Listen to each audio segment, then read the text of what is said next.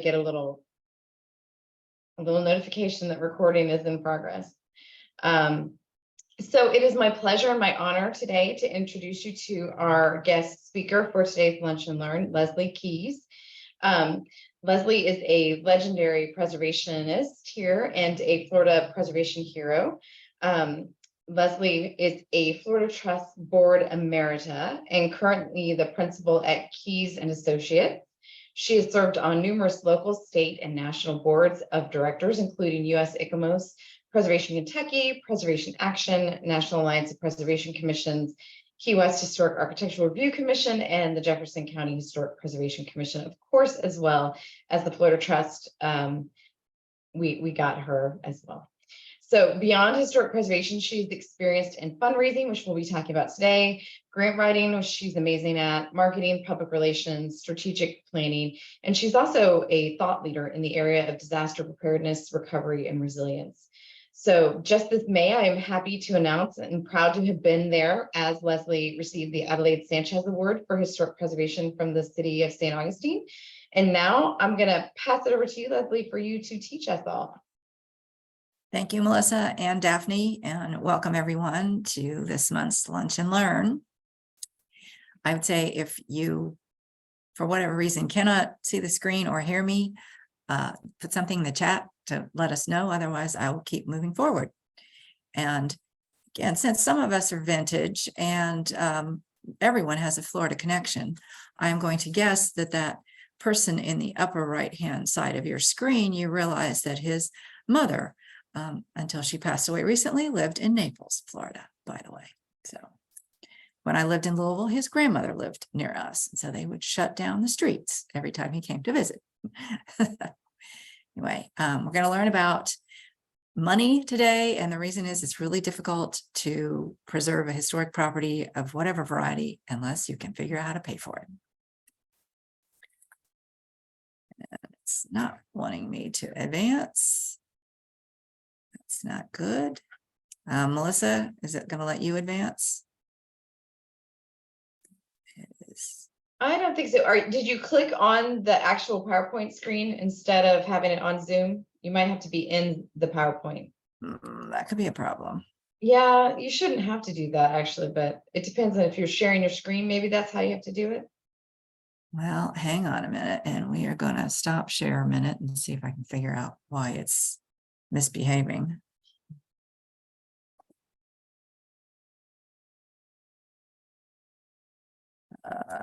You can do without. Can everybody see this? Or no? Can't hear me either. No, not yet. We can hear you. You can hear me, but you cannot see it. Interesting. All right, hang on. That's not a good sign. All right. We are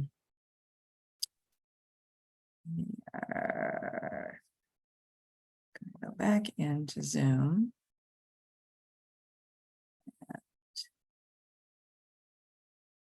So yeah, Leslie, definitely try that. And then if push comes to shove, Daphne does have it, so she could pull it up and do that. Yeah, but don't forget, you said you could mime it if you needed to. Yeah, I know, that's true. I can do it.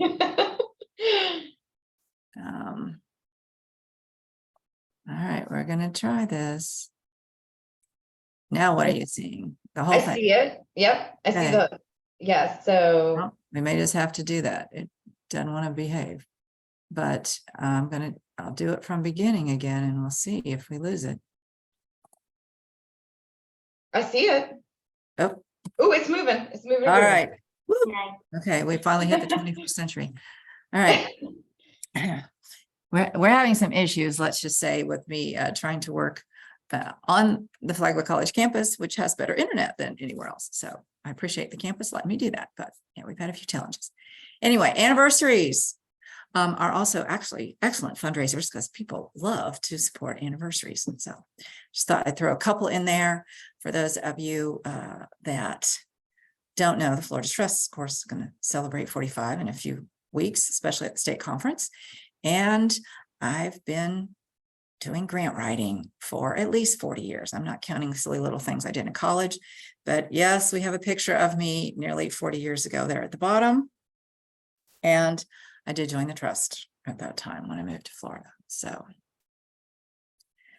what I would consider best practices, I don't know that anyone else would agree, but I'm going to throw these out there anyway. Never underestimate your interaction with anyone. You have no idea what a person's interests are. How you may see them at the grocery store and then see them at a reception. Remember, details are important. Make friends, learn what they're interested in, ask them questions. People who may not think they have any interest in historic preservation may, in a backdoors sense, have an interest in history and heritage.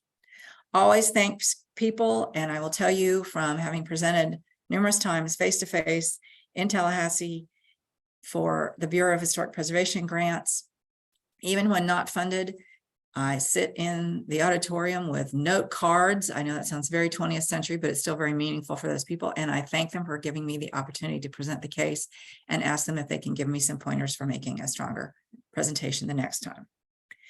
Know your potential donors, their interests, and their capabilities. Many years ago, someone told me it was as easy to raise $50,000 as it was $5. I was absolutely terrified at the time of that thought. But people with that capabilities, that 0 to the left of the decimal point doesn't tend to matter to them if it's something that they're passionate about. Meaningful and regular communication demonstrates sincerity. And I say that in that checking a box that, oh yes, we did what are in fundraising called touches, gave them 6 touches over the course of the year.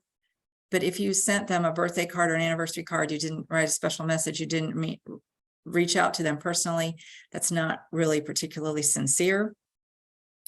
I'll give you an example that a man who's very well off and very private, but his birthday was on New Year's Eve. So we always made a very special point of celebrating that, even though most everyone else was celebrating New Year's Eve. Details matter again, from names and dates to spelling and grammar. And I'm a little ornery here in case you did not notice, my name reflects my phonetic parents. You can be pretty sure if somebody spells my name wrong, I'm probably going to give them a second chance, but I'm probably not going to give them any money. Let's put it that way. Fundraising is critical to fundraising.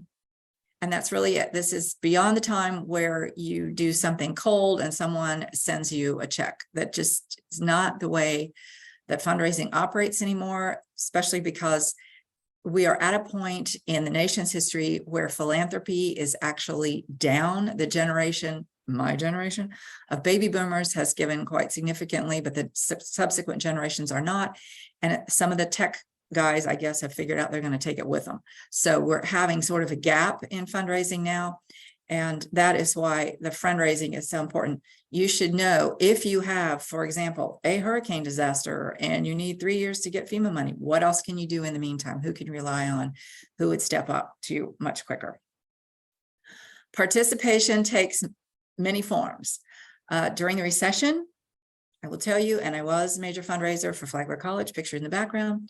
During the recession, we chose to focus on scholarships and nothing else, figuring that that would be the heartstrings approach to a number of people. And it was. We ended up with more than 200 scholarships. And so we had the scholarship dinner and hosted donors and sat the students that benefited at the tables with the donors.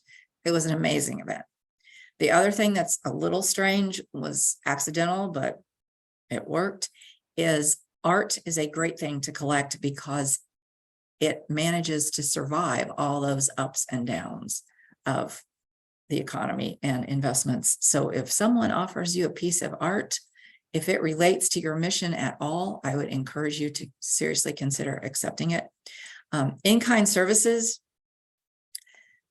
attorneys have to do pro bono work. I do some volunteer projects, including for the Florida Trust as an example. I still do projects for Flagler College, other places in the community, because some of the organizations that I belong to want you to document the hours that you have donated. And that is part of the requirements to stay active in those organizations. So take advantage of that. If you need an attorney, their billable hours can be counted as an in-kind gift on a grant application, for example. If you don't need an attorney and they just want to hang out and help you, that's great, but it's minimum wage, not their billable rate. But many of the grant applications will let you do between 25 and 50% of in-kind services. So think about some of that. And again, as an example, it can be equipment, materials, as well as human resources too. Partner funds from local, state, national, and private sources to offset the need to use your organization's money. I love using other people's money. I love figuring out how to pull and partner and not ever have to use an institution's money.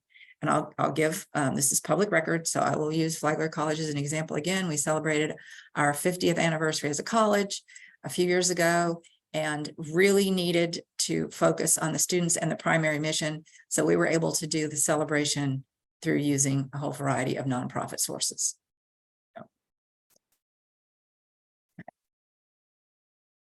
The old Capitol in Florida, hopefully the majority of you know that this was an extremely threatened building, but that is intentionally why I put it on here. People celebrate it now very much.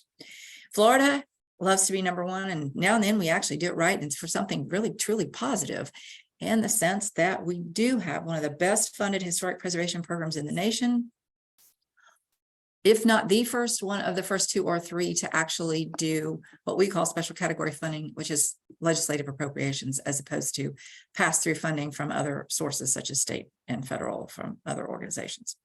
So I put Colorado and New Jersey, so you can see where some of their money comes from. Ours really does come primarily through our taxes. And it, again, requires your legislators to know about this. That's part of that communication. So think about what you have as a project that you want to do and make sure that your legislative delegation knows about that regularly. Invite them to programs and projects so they sort of get inundated subliminally and they become part of your friends as well. Most of the states, their federal appropriation is about $1 million. That doesn't do too much. Florida's program, as you can see, is actually now hundreds of billions of dollars for preservation, and it's predictably 2 to 3 to 1. In other words, if you get a $500,000 special category grant from the state of Florida, you are probably going to be spending another $1 million to $1.5 million in private funds to actually do the project. And that's great information to provide your legislative delegation to, because then they consider it as seed money, as a good investment that the private sector then will come in and partner with.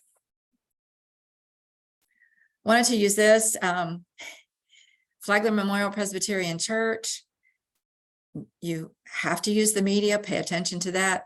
Whereas we really don't like having hurricanes, they're part of our lives. And so Memorial Presbyterian lost the cross on the top of the dome. Well, guess what? That news story went nationwide. And yes, their special category grant for $500,000 got funded that next year. And they've had a second one that has funded the manse, which in that center postcard is in the background. I use that postcard intentionally. And again, I encourage you to look up historic photographs. It shows that you've done your research. And again, it will pull up some of that heartstrings. So we have had the church and the manse, and the building on the right is the Ingram House. That is the third one. I spoke with some of the staff there yesterday, and they jokingly said they're pretty sure that termites are holding hands until the grant reviews go through. So it doesn't look like it's in really horrible shape. I would not encourage anyone to come and walk on the porches or lean on the railings anytime in the near future, or maybe even try to open a window. So it's the third, and the church clearly is the most important of the three, and that's the reason it is the third in order, but that will complete the block. It was built up when it was constructed, so that has helped. The water went under the building instead of mostly through the building. Some other grant programs I thought you would probably want to know about: cultural affairs. Those, certainly you cannot partner state money and state money, but you can use cultural affairs money and, for example, Florida Humanities Council money. You can use it with federal appropriations. There are a variety of programs. You may think of these as predictably limited to, say, museums and art organizations, and that's true. But if you look at that upper right-hand corner, cultural facilities, performing arts centers, and museums, that is a new category that was added a few years ago and has been enormously helpful to organizations that operate those types of uses in historic buildings as well as contemporary buildings.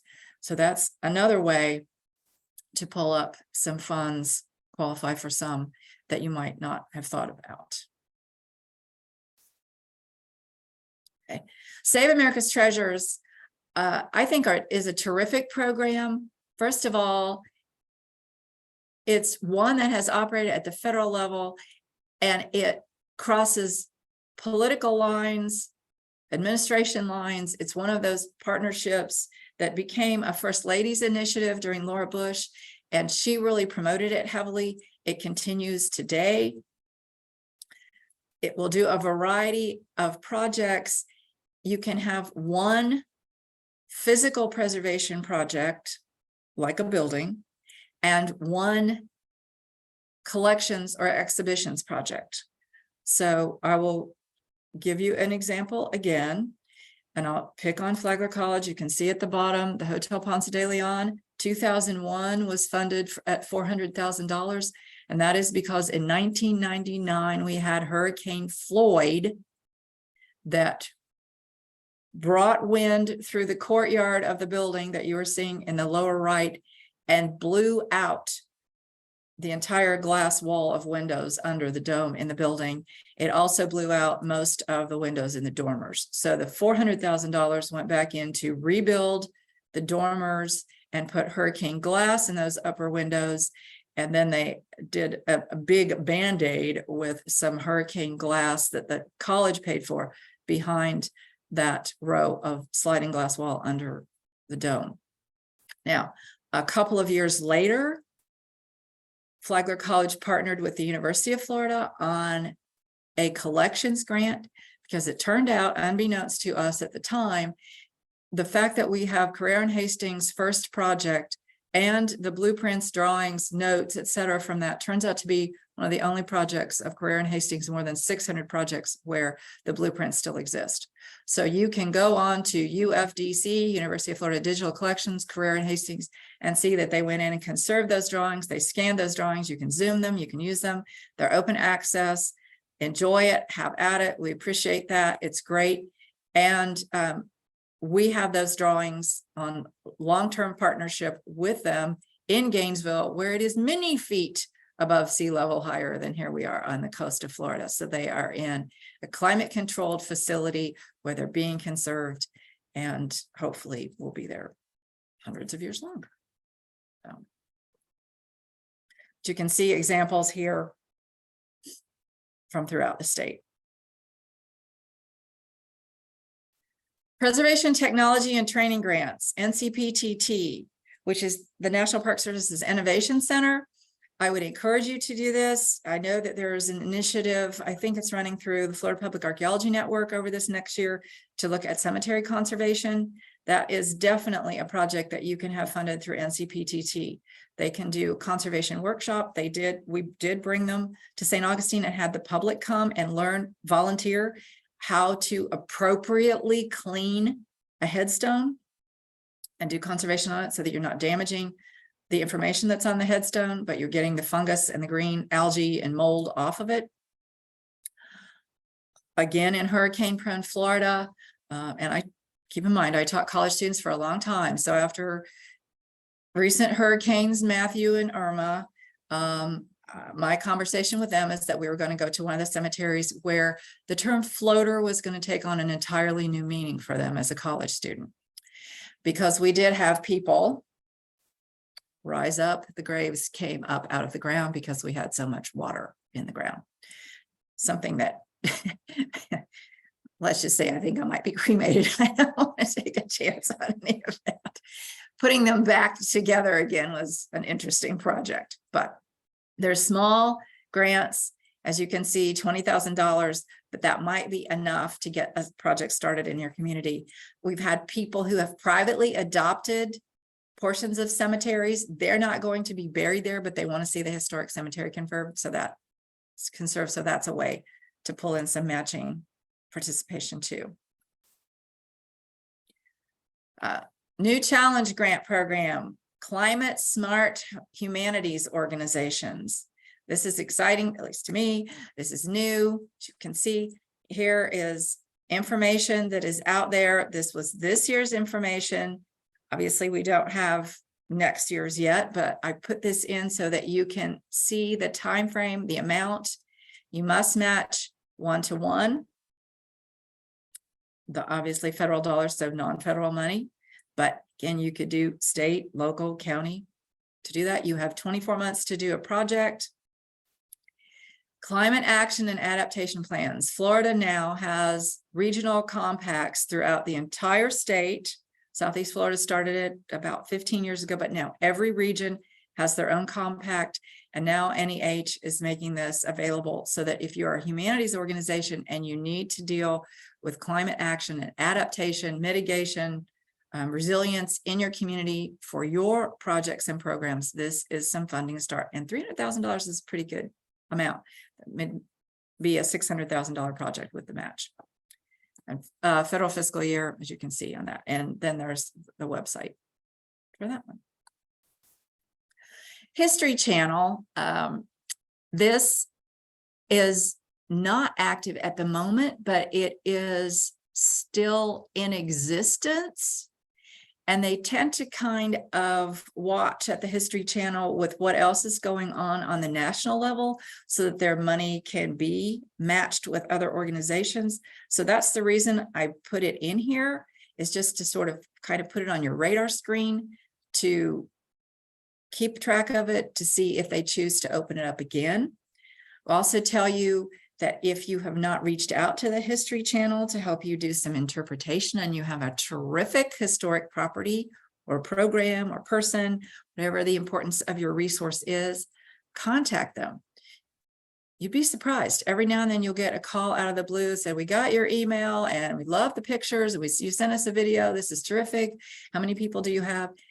There's no guarantee they're going to do the project, but they've certainly sent crews to a variety of cities throughout Florida to do some research. Make sure that you are in touch with your Convention and Visitors Bureau, Visitor and Convention Bureau, whichever you have in your community, cultural councils, because that is frequently the way that the History Channel and some of these other TV shows will reach out for historic sites. This year, Southern Living's best small towns in the United States included, no surprise, Charleston's #1, Savannah also, and St. Augustine is one of those, but there are other cities in Florida that were mentioned as well too. So you know, it's kind of one of those, you can't buy that population. The cover of a magazine is a pretty phenomenal way to help tell your story. Another reason to get some cut sheets, if you have that opportunity, send copies of that information to your legislators. Make sure that they know that this has happened in their jurisdiction. They love to turn around and use the social media and cross promote too. Preserve America. There are still Preserve America community designations. If you have not done that, I would strongly encourage you to reach out. That signage comes with that logo. You can do all kinds of projects. If there are funds that come to be tied with Preserve America through the National Park Service, then those communities that are already designated are the first ones in line to qualify to be considered for those funds. So this is a multifaceted fundraising, does not just include, right now I'm going to ask for money. It's all of that sort of background homework. What else can we reach out to? Who can we invite to do such and such? This is, as you can see, for SHPOs and tribal historic preservation offices to make some new partnerships, meet some new friends. This is a great way to do that as well.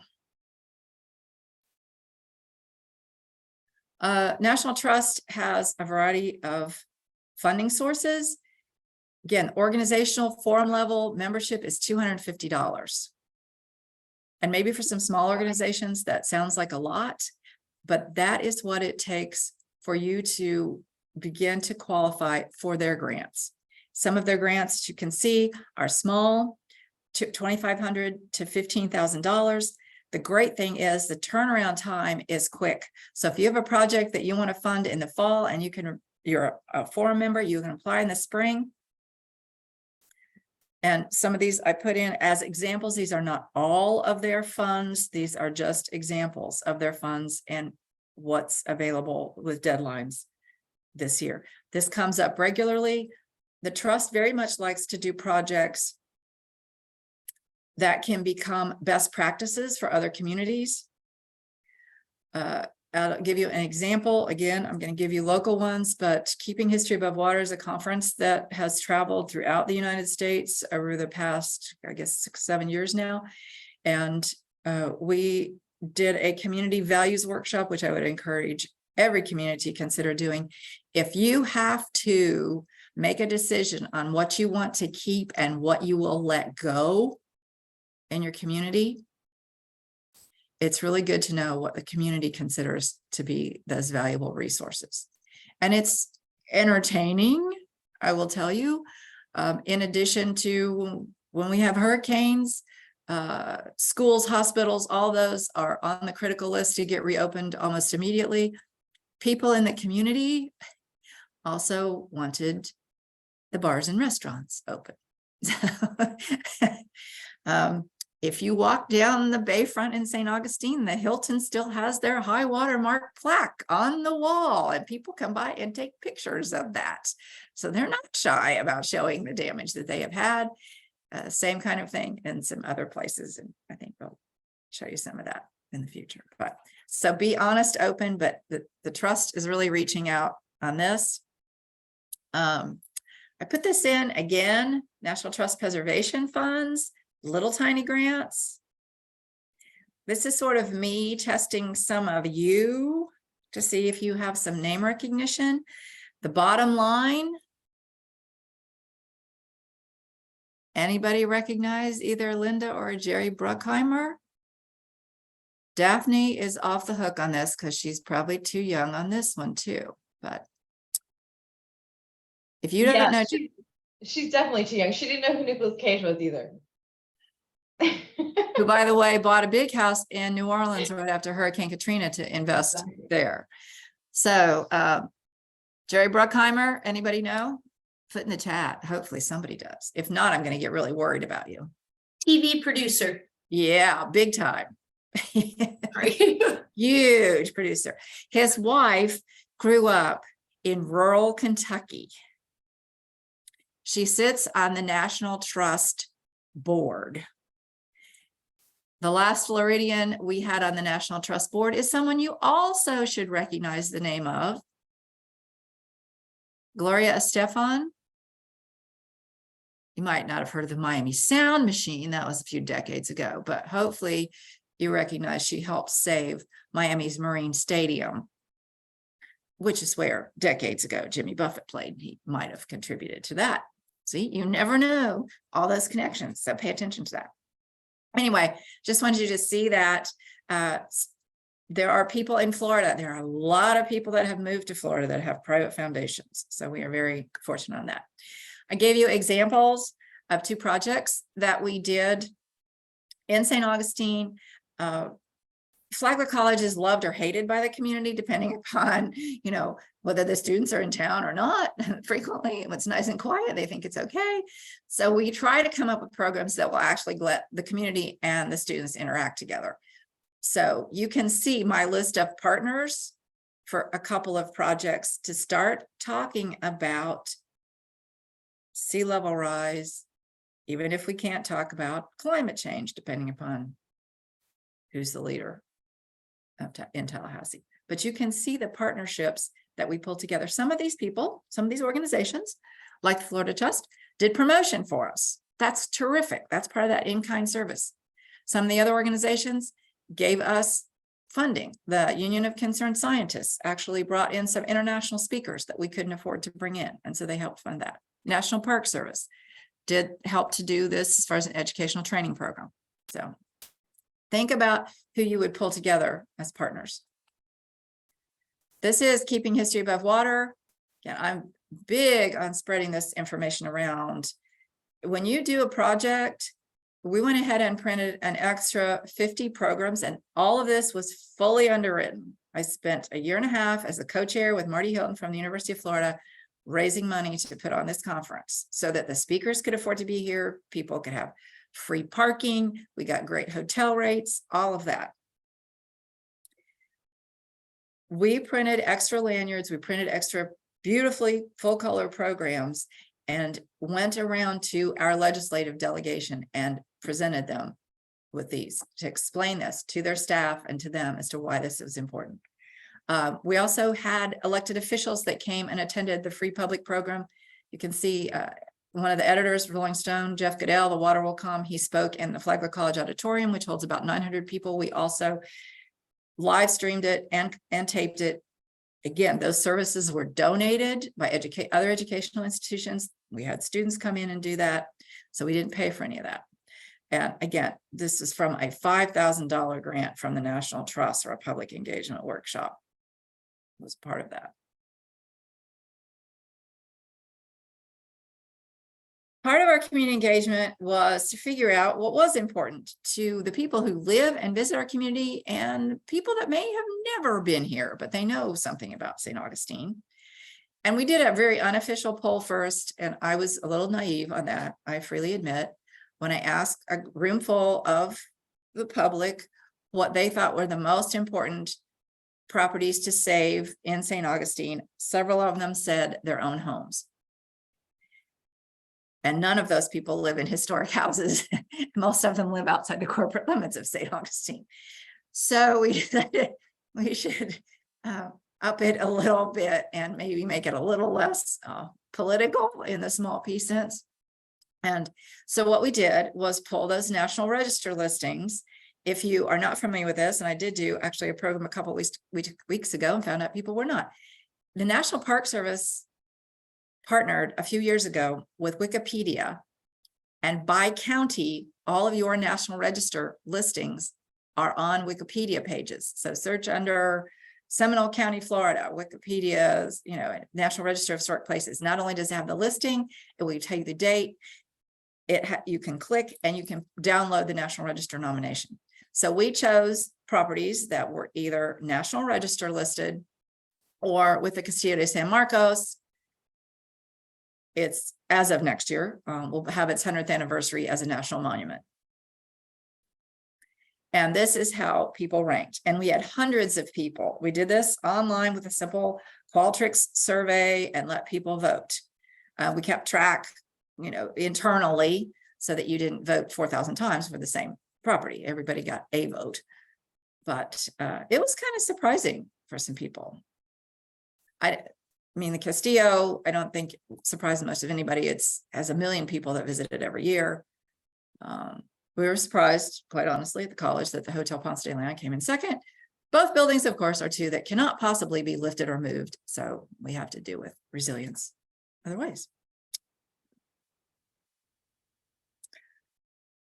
And in case you have forgotten that it is hurricane season, I thought I would remind you a little bit here, especially because I don't know what letter we're up to. I think Cindy was out offshore a couple of days ago. I don't think we've gone past A, B, and C at this point.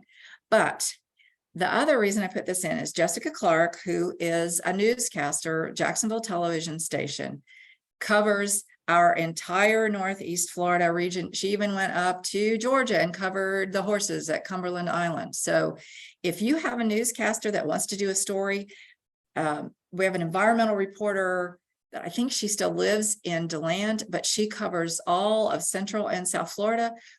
You can find them online. You can find them during social media. Send them story information. A lot of times, again, they'll feature your project, your property, your community, and you don't have to pay a thing for it.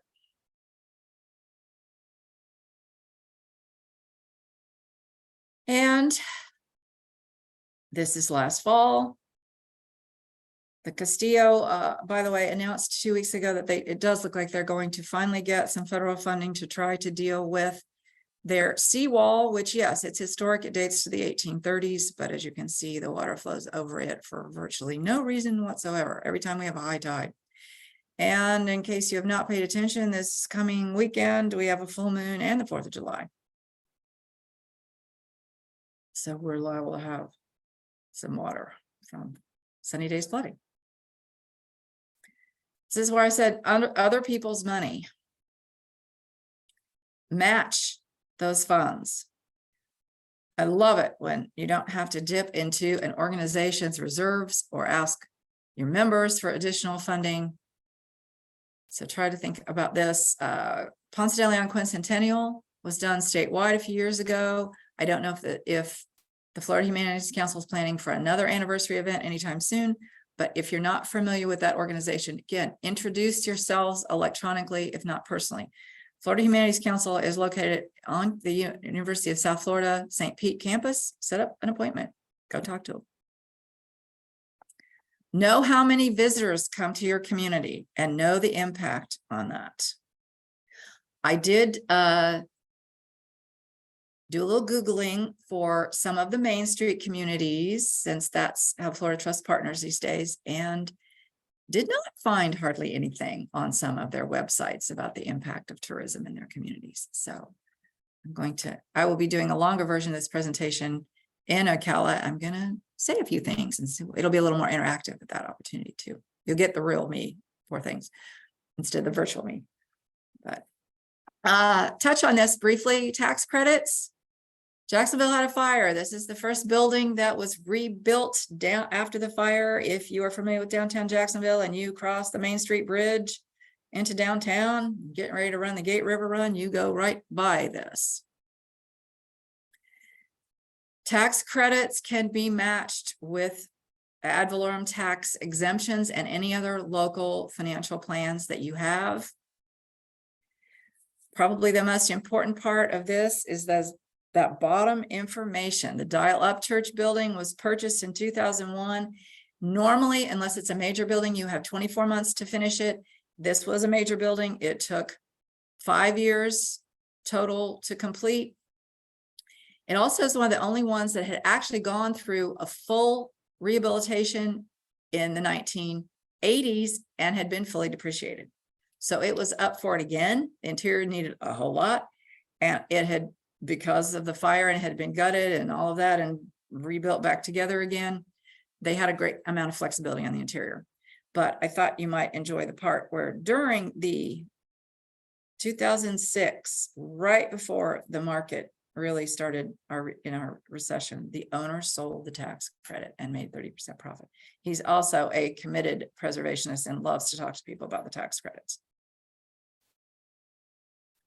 Property tax exemptions.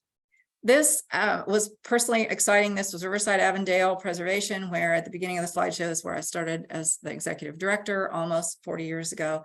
And there were high-rise condos being built on the river. Law firm came in, saved this terrific historic house. And what it did was make other owners invest in the rest of the houses around that area near Memorial Park. And so we did not have any more high-rise condos being developed there and losing historic landmarks, which is also important from a sea level rise standpoint. It's on the St. Johns River, and it's very difficult to evacuate a lot of people from skyscrapers during a hurricane. So, and then the Florida Trust and other organizations hold conservation easements. These are a couple of examples. If you're not familiar with that, it's terrific in that you separate the building value from the land value.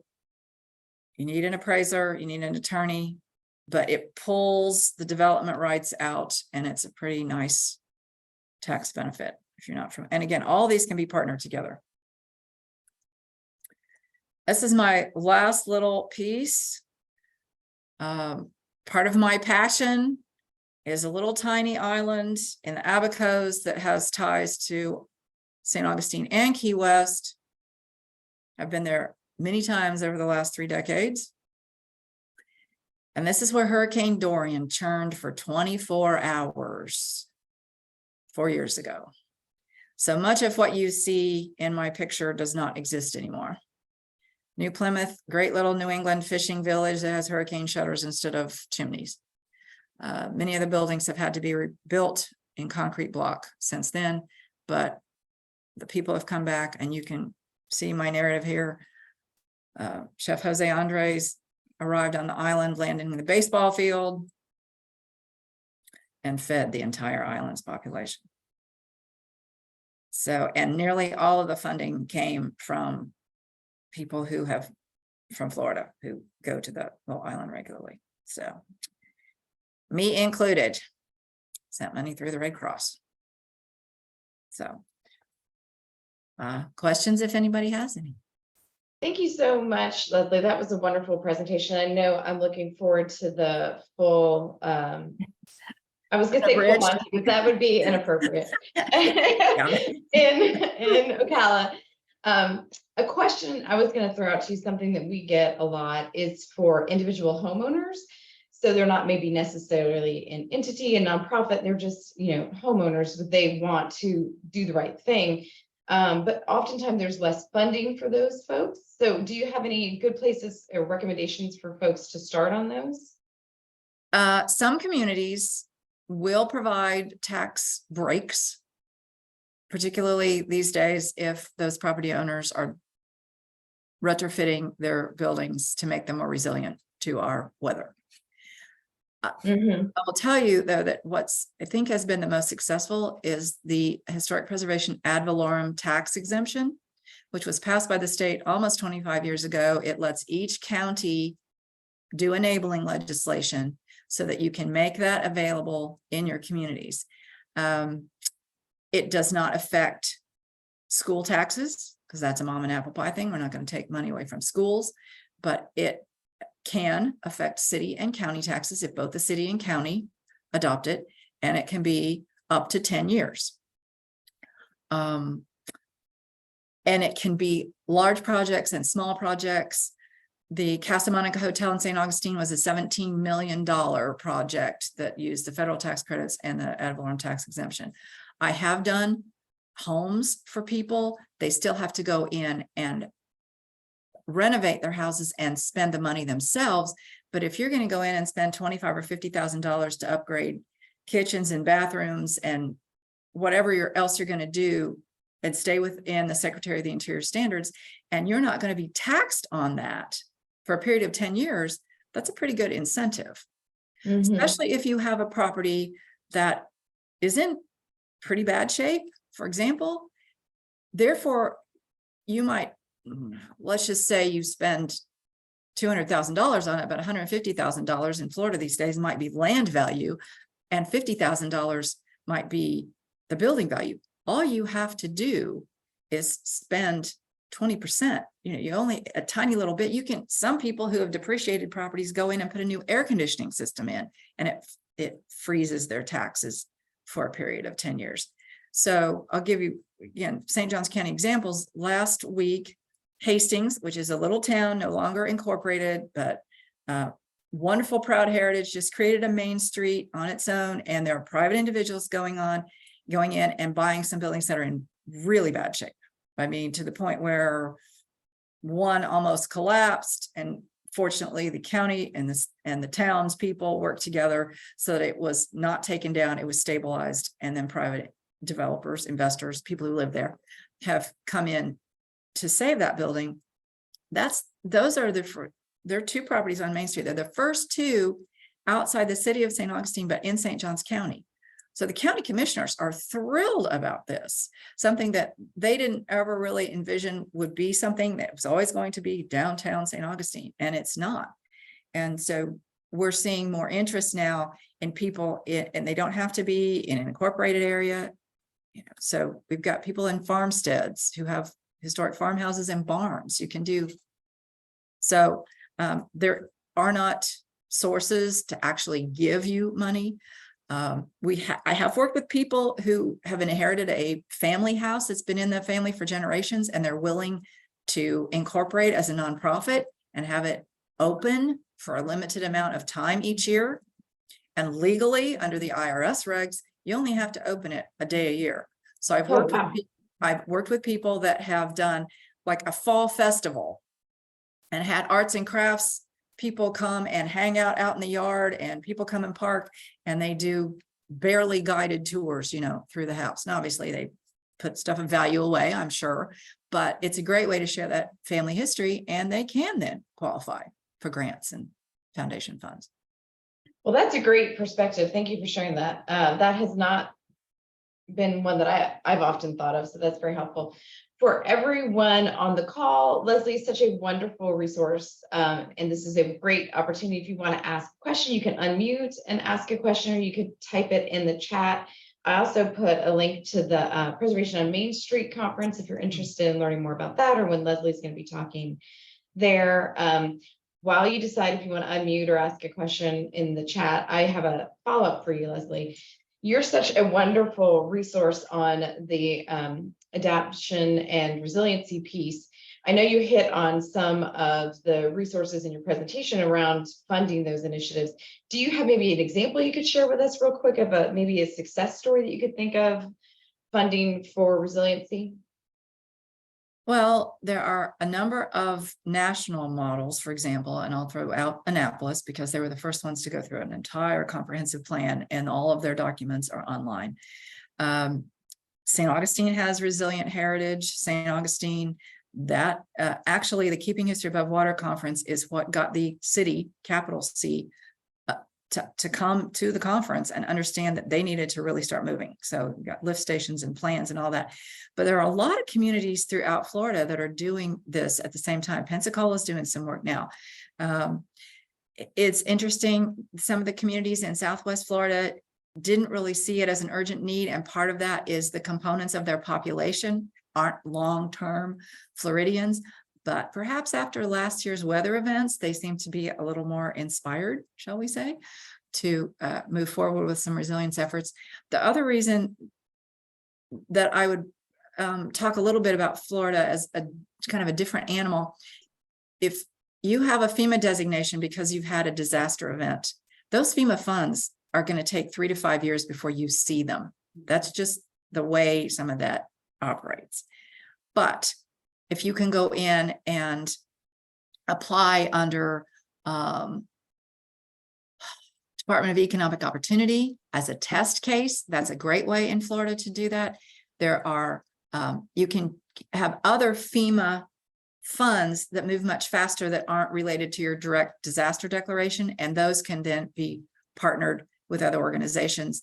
Army Corps of Engineers has just done a huge study from maybe Cape Hatteras south. They're looking at the entire sort of Atlantic basin, as it were. Some of that will bring some availability of federal funds to the coastal communities on the Atlantic side.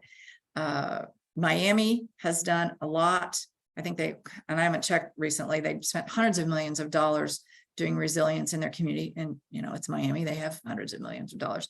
But a lot of the smaller communities are trying to figure out what they can do to even take land out of the market. In other words, if you have a piece of property that floods all the time, and we did have that, we had a building here that was adopted, and it's now at the Ag Museum down in Flagler County. They picked it up. It was a historic building. They wanted to move it down there. That land's not going to be used anymore. It's going to be a place where the water can go and sit and run. So we're doing some creative projects too. For the buildings that can't be, like Coquina buildings, you can't pick up. They're individual stones. So you're looking at building walls around the perimeters of them, making more places for the land to drain off the property faster. What are you doing on the inside of the building? If you've had a disaster, you probably don't want to go back in with the same drywall, but you may want to go in with what you would do as, you know, bathroom drywall, or you go in with, lift them up and use concrete block foundations under them. So we have a lot of that going on throughout Florida. Yeah.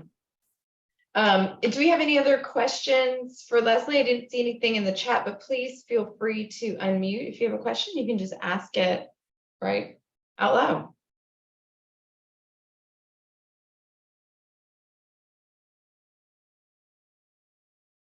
Put them to sleep. No. I think we have somebody that's Melissa, I don't have a unmuted. question. I Oh. just wanted to thank Leslie for her knowledge, and she did touch upon a couple of things that I'd heard a little bit about, but she went into more detail. So just thank you so much, Leslie. Yeah, Christine, absolutely. nice to hear you. Yeah, I totally agree on that. Any other questions or thoughts? Do you have anything you'd like to close with, Leslie? Just hope that I see everybody in a month, about a couple weeks That would be in wonderful. Ocala. Yeah. Exactly.